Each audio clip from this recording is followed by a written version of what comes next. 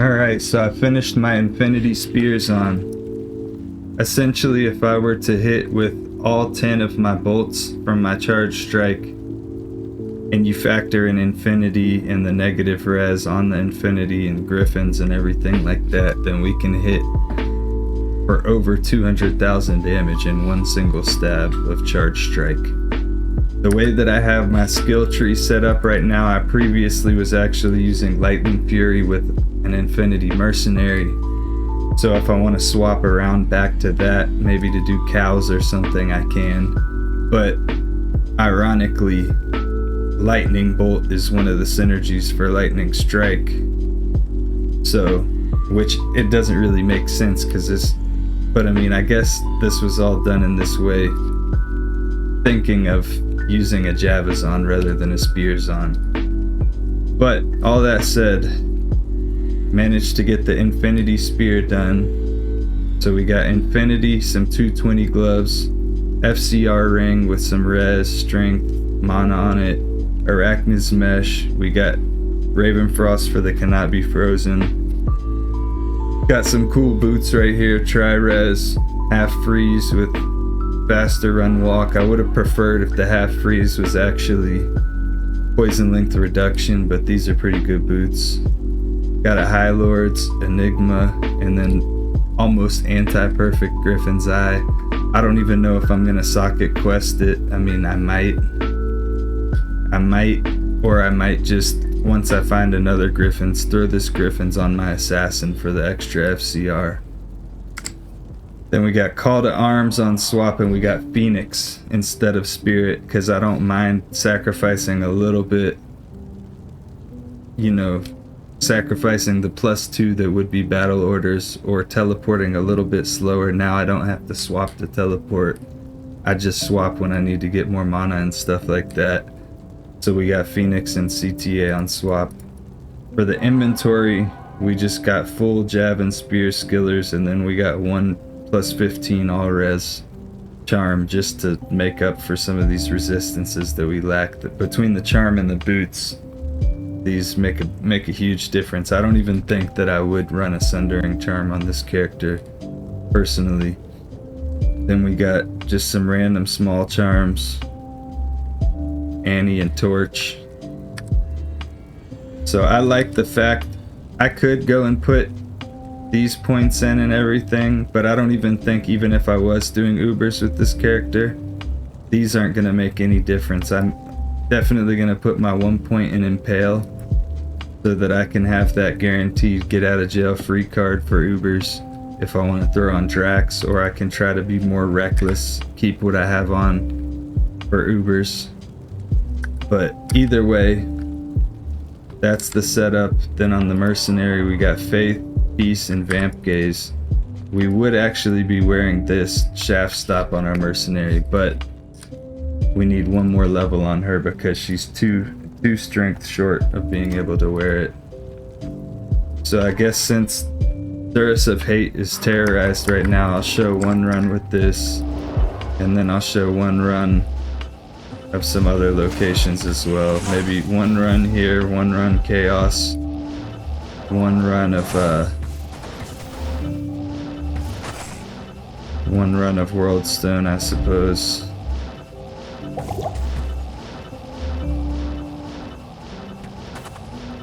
I might actually, I was thinking that I might make a video showing like what I think are the most overpowered builds in the game or whatever.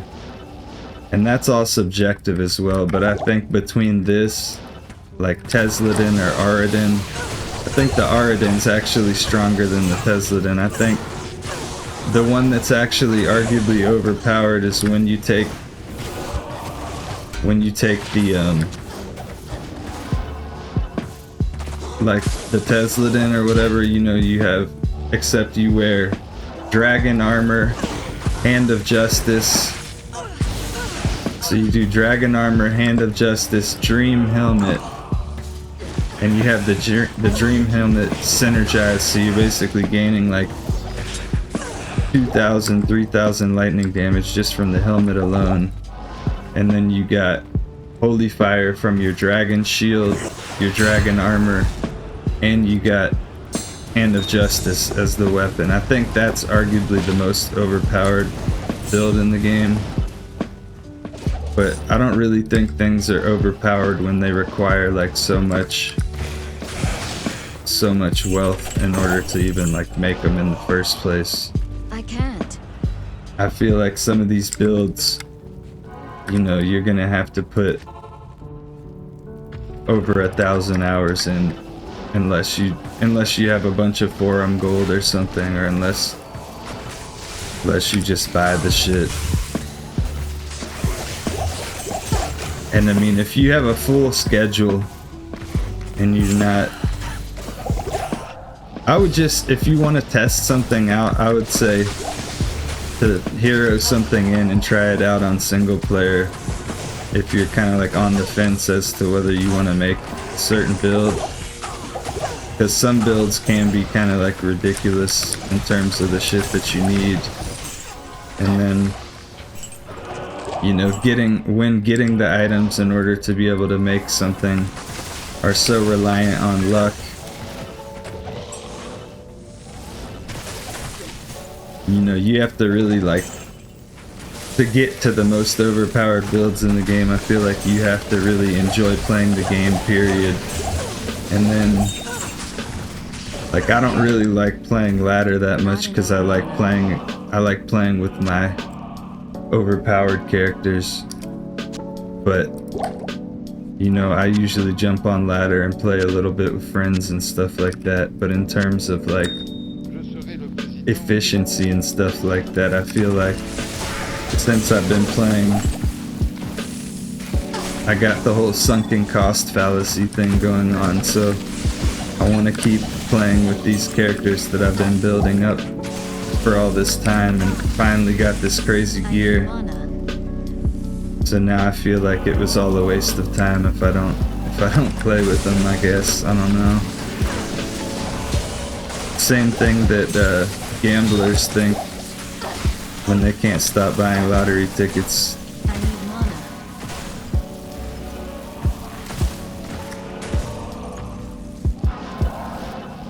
But I like having this Phoenix on swap. I feel like for almost every character that uses a shield, you can either use Phoenix or Phoenix on swap.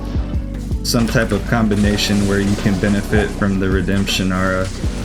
Even with a necromancer, like, you don't want to eat up the corpses, or a trap assassin.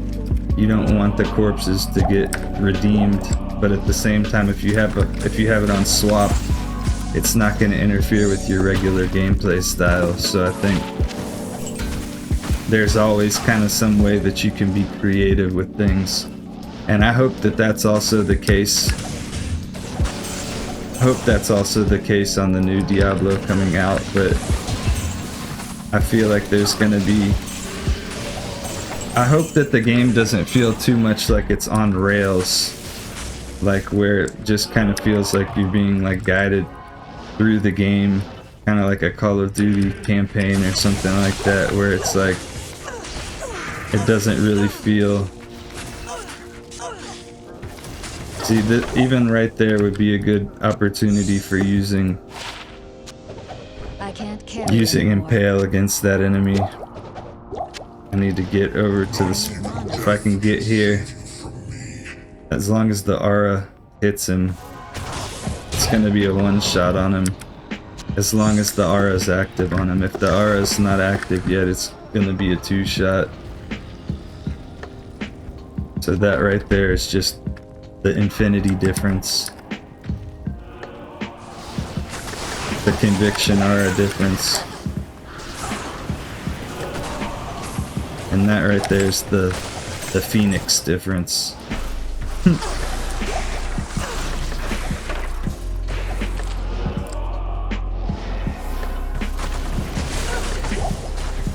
I need to just go straight to Bale. That way I can... Thank you. Just showcase the build, because I mean really it is mainly a boss killing kind of character. It's not bad by any means. you know, doing full clears and shit like that, but at the same time, it's definitely mostly for the bosses. It seems like it's the crowds that give the mercenary the biggest. Mercenary dies the most when I'm trying to do full clears. Some of these enemies though, they're like tempting because like these have a higher chance of dropping runes and shit. So as much as it's like, oh, I wanna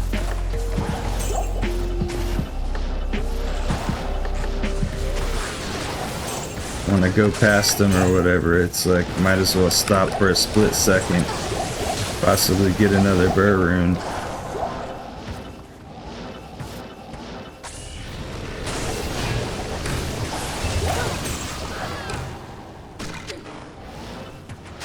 That's how it happens though, really. Like, you don't expect to get something good to drop and then all of a sudden randomly your mercenary takes out an enemy, something crazy drops. Speaking of mercenary, whatever, she probably wouldn't have even lasted through the Bale waves, let's be real. I'm trying to save my my full rejuves.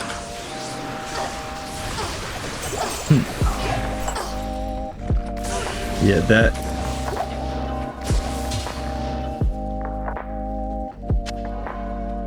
Alright, let's go.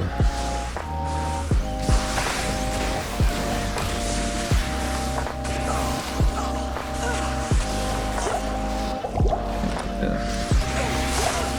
And I got 75. So I mean, I could put on T-Gods. Could put on T-Gods and have a slightly better lightning strike, but at the same time, teleport is so god-awful on this character. Plus, Arax does give a better charge strike. And this really is kind of like a boss character anyways, so I don't really feel like a massive need to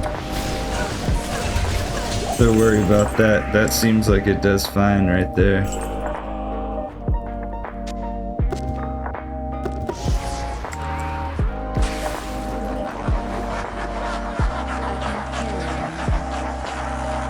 Kinda tempted to put a facet in this Griffin's and then it'll be -20, but at the same time I know I'll regret using a 5/5 facet, and also the moment that I do find another Griffin's, I'm gonna be kind of like, damn, I should have waited, because I know I'll offer somebody a pretty good deal in order to like G-rush me to get a socket quest.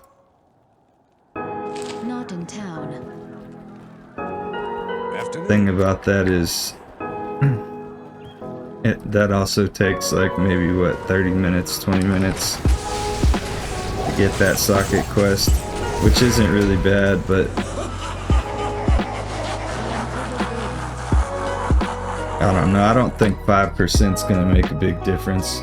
I'd rather do it when I have a better Griffin's and I can get like a 10% buff compared to what I currently have.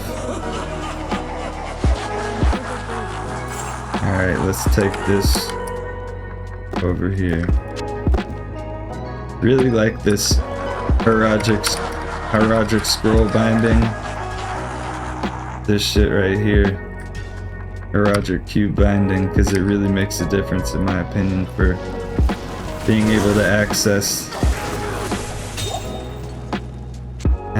the cube really quick. Only problem is if I was to have like if I was to have an identify scroll on my belt, I wouldn't actually be able to just click like the hotkey and access it. I'd have to go here and click it and then click there. So actually having the tome right here, I think is the best way to go. And then just using your hotkey for your scroll, for your cube. I'm calling it scroll.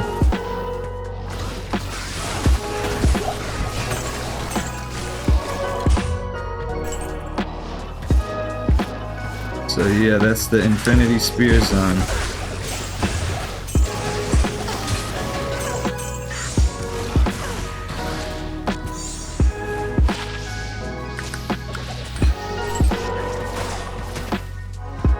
I think on the next couple videos I'm gonna do like some more magic finding stuff. I'm gonna do some